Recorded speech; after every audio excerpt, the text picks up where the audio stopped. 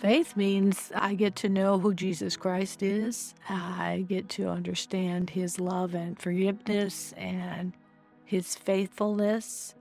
And it's a complete thing. It's allows you to get to know more things on a broader level in terms of spirit, but also gives lots of information and um, encouragement to the people that I'm talking to, and trying to encourage them to one thing to enjoy.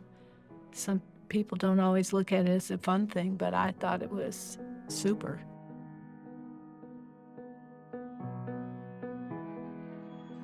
There's three lifelong decisions that impact you more than others. And the third one is the profession you choose. He said, don't worry about that one. You can change that one. The second one is the wife you choose. He says, you were not supposed to change that one. Don't change that one. And the first one is your submission to Jesus Christ.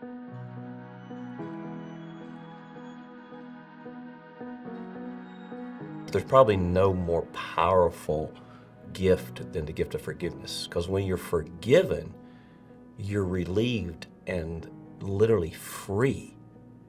And you can move towards people in love if you're forgiven.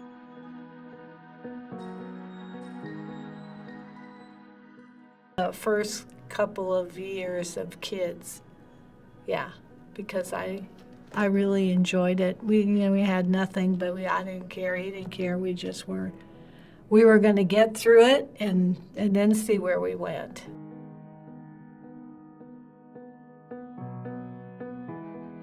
There was a before where my conscience, even as a child, was super sensitive and not in a good place.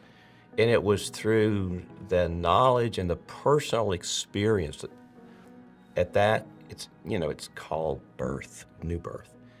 Yeah, I believe that I experienced a new birth at age 5. Then there was a before, which was not completely negative, but it was like troubling. My conscience was troubled, but knowing Christ gave me the cleansing of the conscience and the gift of forgiveness, which started the life of transformation. It's not overnight. The before and after is a moment, but the rest of your life is a process.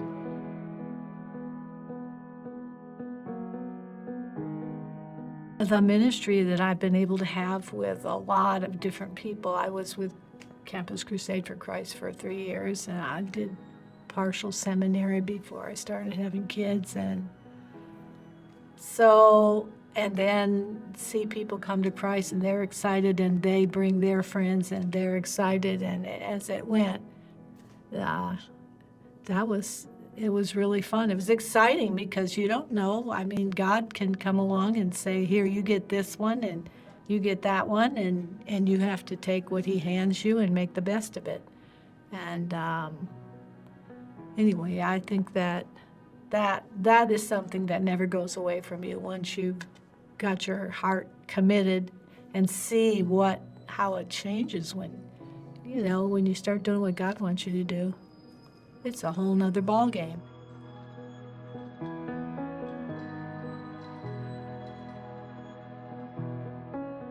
Seminary, he had been in seminary 2 years, and I had just started. And I went to the first day, I went to the cafeteria and got some food, and he happened to be at the table, and we started talking, and he kept talking, and he kept playing with my shoe, and then finally, here we are. She went to the library to study, so I accompanied her so I could study. Yeah. So yeah, there we talked, and I don't know how she felt. I felt after that, or during that conversation, that I would probably marry her.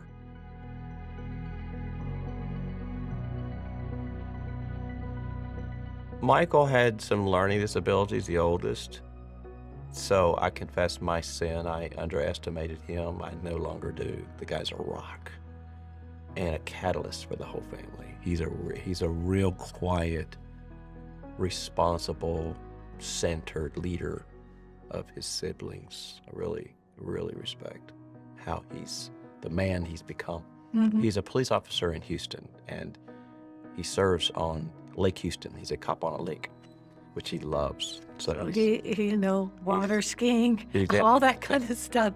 And his house is like 5 or 6 miles from the place, So he's done well, and his friends on Key Biscayne, who all come from like wealthy families, tease Mike. Who would have known that Mike, of all the kids, would be the first to own a castle in Houston? That's what they call it, the castle in Houston. So, and he just had his first child after multiple tries. 11 years. 11 years of trying. So we're so pleased. So much fun. Leah is her mother on steroids. She's, compassionate. She's a ICU nurse. She's a nurse practitioner. She's a servant of others. I mean, good grief. She really takes care of her parents. So just delighted with her. Nate is really tall. He's like 6'4", a great athlete, played at Florida State. But in terms of personality, probably our most quiet and thoughtful, pensive, contemplative child. He actually has almost 2 seminary degrees. He studied the Master of Divinity, but he also got a degree in counseling, which he uses in a real diverse context at Edgewater High School in Orlando, which, he does real hardcore counseling with real hardcore issues. Problems in the context of, high school. And he's coaches basketball, which he loves because he played basketball too. So we're really proud of him. He's a very conscientious father, really invests in his kids, is very proactive in giving them just a myriad of life experiences. So we're super proud of Nate. Andrew is the entrepreneurial of the family and has taken off with his business of training in NBA skills, which is just, amazing. God has blessed him not only with relationships, but with a network and a reputation. And NBA players actually seek him out for training, which is just, to me, crazy. And he has the 4 kids and they all married so well. We just love our in-law children, just practically like our own. So Mike married Mexican-American, Leah married Cuban. Nathan is the exception. He married La Gringa, and she feels it. And then Angela's Cuban-American, and then Miriam married into the same Mexican family that Mike married into. Their spouses are first cousins. So, and Miriam is a real go-getter, she has all of her mother's organizational no-nonsense skills, which Ann has plenty of those. And her boss is I won't mention the name, but a recognizable political figure in Texas. And she's entrusted with awesome responsibility of rebuilding counties after floods and hurricanes and disasters. So she's very much engaged, but now lives in Houston with our oldest son, not near, but in the same city with where Mike, our oldest, lives. So we're very blessed and proud of our children, and they have turned out to be fairly responsible. And not just responsible, but with our values, loving and serving. We want them to really serve the communities in which they live, and they do.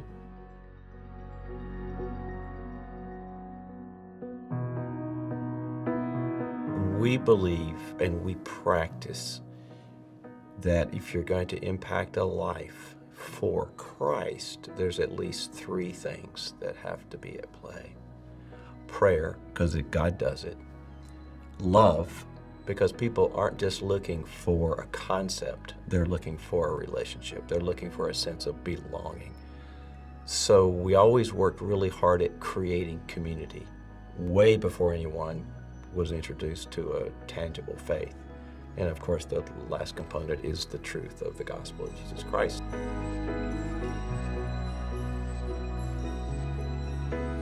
Make as much money as you can, save as much as you can, and give away As much as as you much can. as you can until it hurts.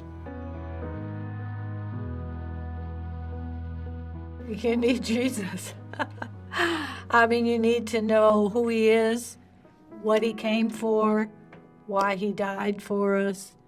You need to know that he considers every single individual as separate, but ready to go, ready to deal with Jesus as the time comes. So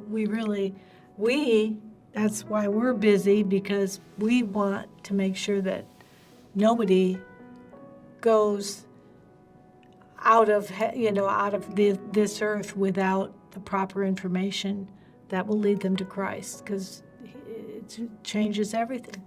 Just changes everything. And you realize that that's when it's bigger than you. That's when God and everything else really shines big, because no one else can do it.